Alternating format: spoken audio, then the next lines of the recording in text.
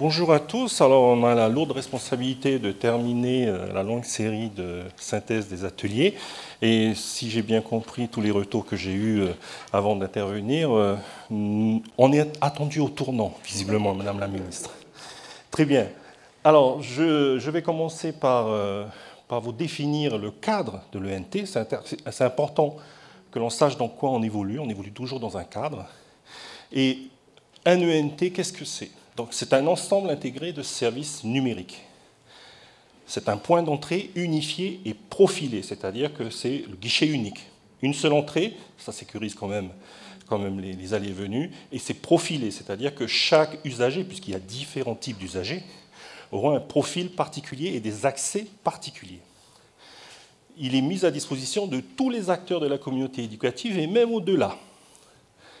Il est défini par le schéma directeur des ENT. Donc le schéma directeur des ENT, c'est notre Bible, entre guillemets, pour la construction de notre ENT. Il est le prolongement numérique de l'école ou de l'établissement 7 jours sur 7, 24 heures sur 24. Donc avant, pendant et après. Alors bien sûr, il est construit dans un cadre de confiance sécurisé. Ça, c'est un point important.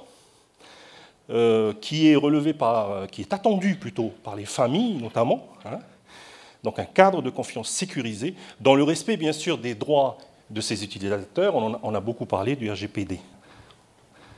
Alors pour travailler sur ce magnifique projet qui consiste donc à se poser la question de l'accompagnement vers un ENT commun premier et second degré au sein de la Polynésie française, eh bien, nous avons croisé les intelligences, croisé les profils, et vous le voyez, nous avons, comme dans les autres ateliers, mobilisé eh bien, différents profils d'intervenants, des enseignants, bien évidemment, des enseignants du premier degré, du second degré, mais également de l'enseignement supérieur, puisque nous avions des représentants de l'UPF et également d'une de ces émanations, et je veux parler de l'ESPE.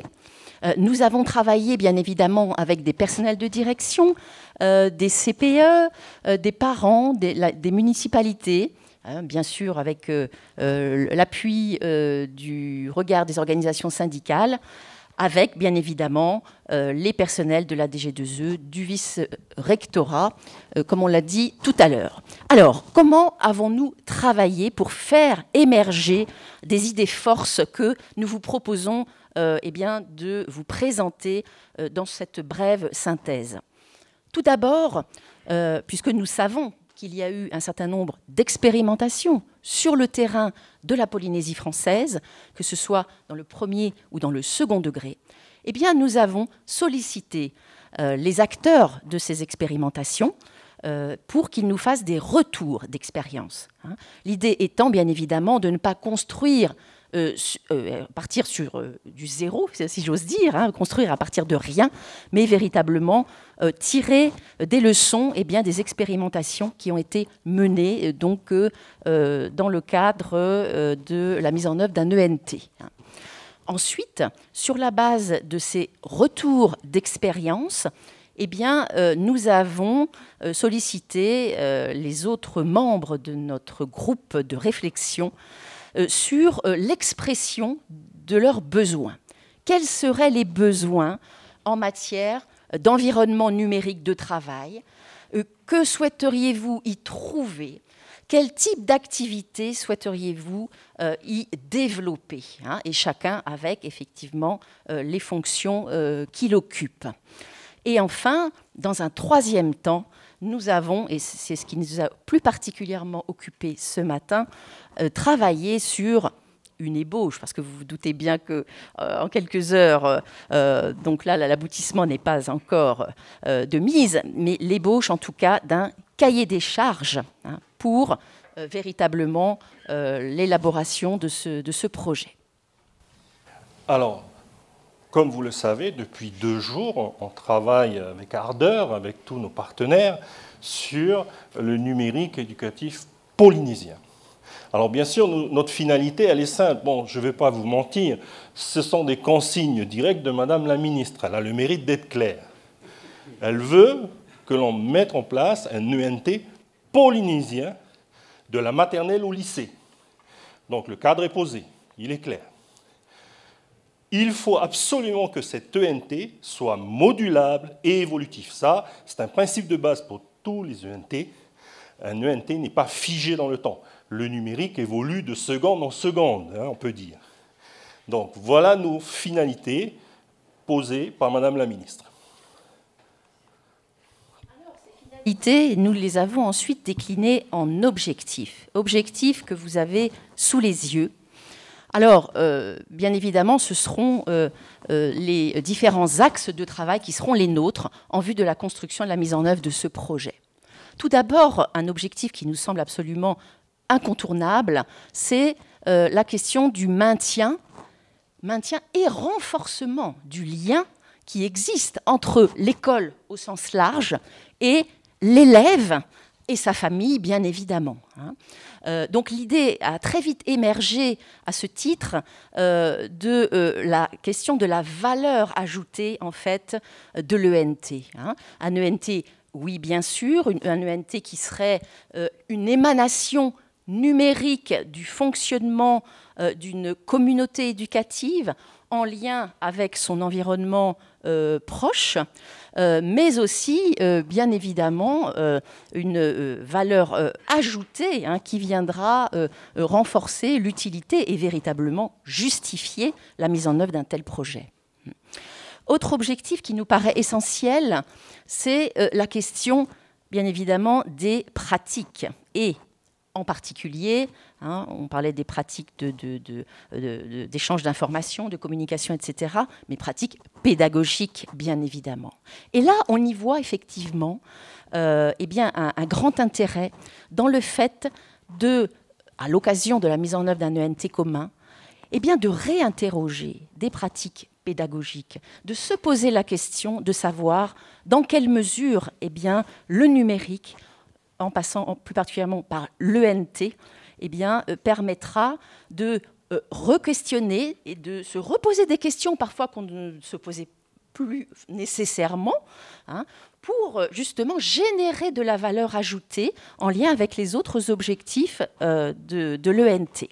Et puis, puisqu'on parle pratique pédagogique, c'est le moment aussi, bien évidemment, de se projeter sur d'éventuelles innovations. Donc on voit que l'ENT peut être aussi, par l'interrogation qu'il suscite, la démarche d'interrogation, de l'innovation, notamment pédagogique.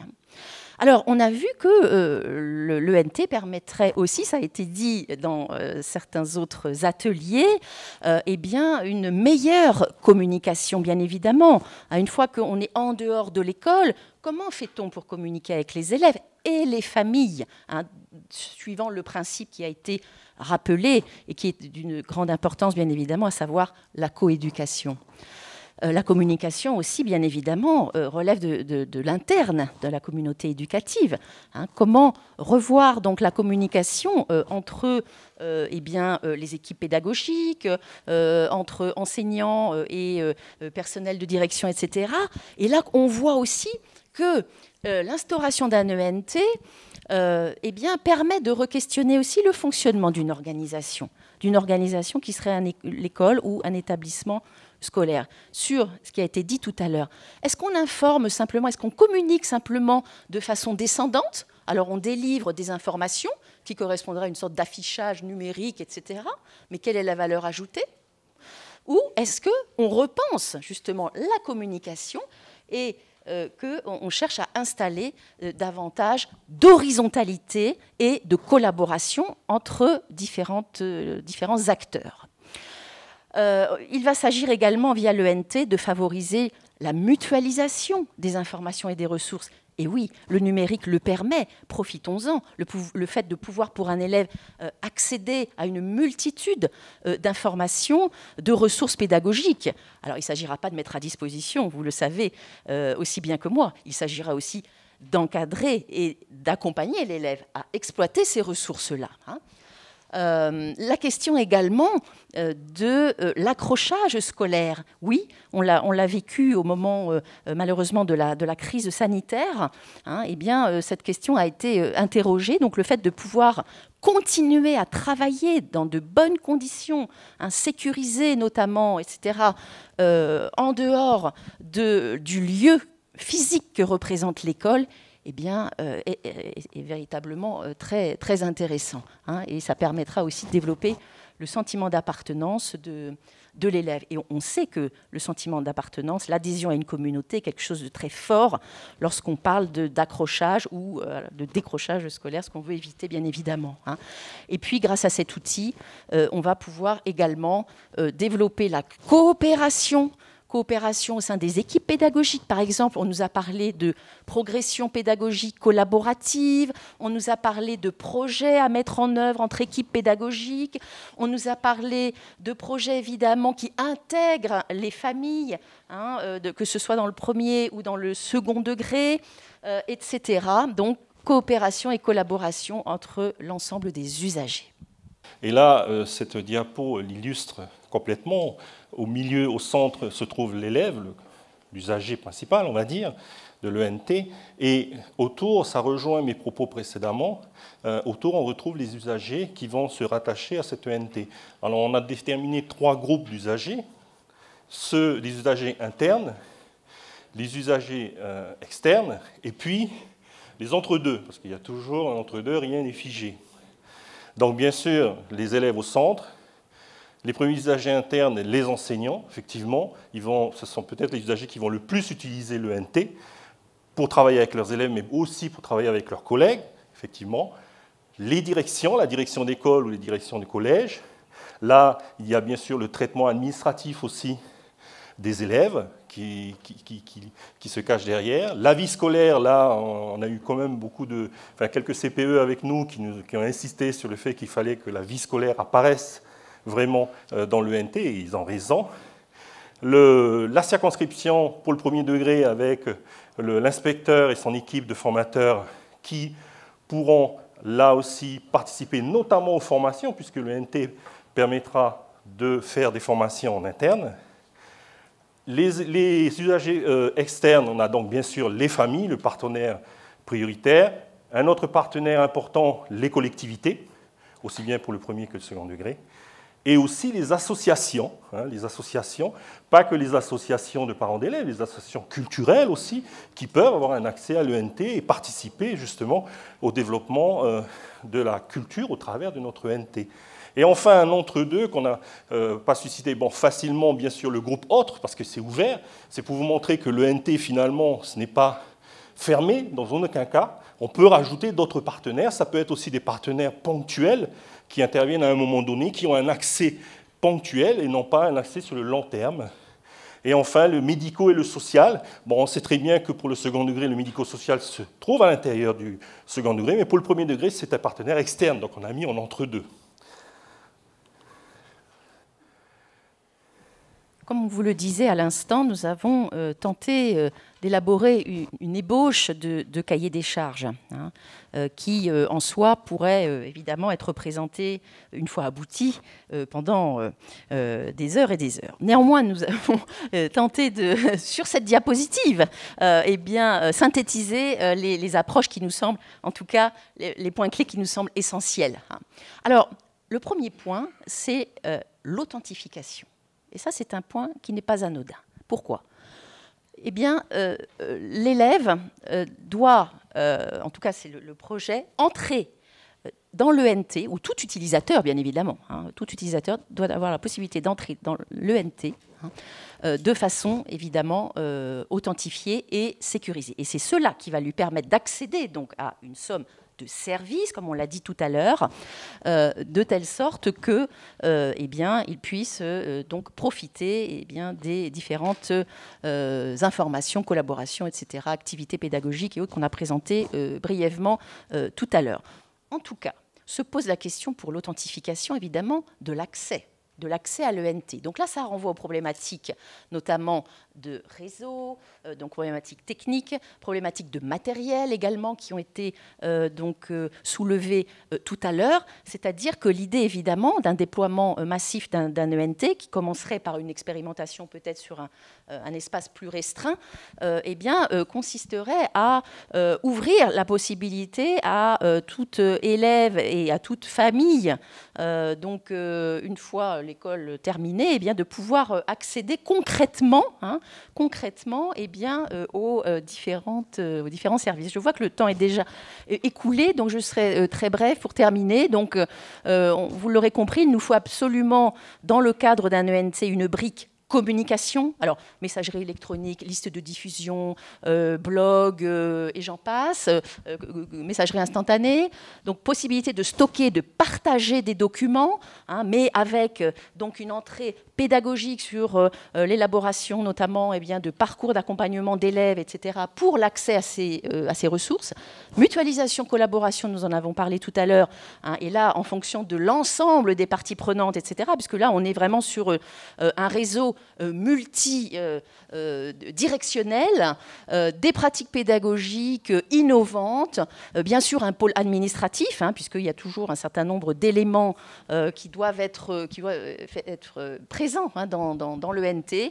La question de la formation qui a été développée donc, par nos collègues, qui nous semble également être une brique incontournable, et puis la question de la vie scolaire. Alors la vie scolaire, nous avons déjà une expérience, et les parents sont déjà habitués à utiliser une certaine application, donc il faudra réfléchir évidemment à capitaliser sur l'existant, c'est-à-dire de ne pas partir de zéro, comme on l'a dit tout à l'heure, mais véritablement d'étudier donc les usages pour ensuite accompagner les parents vers justement et l'ensemble des acteurs vers l'utilisation raisonnée donc de cette ENT.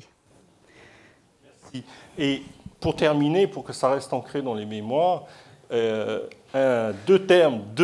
thématiques sont revenues systématiquement dans nos échanges.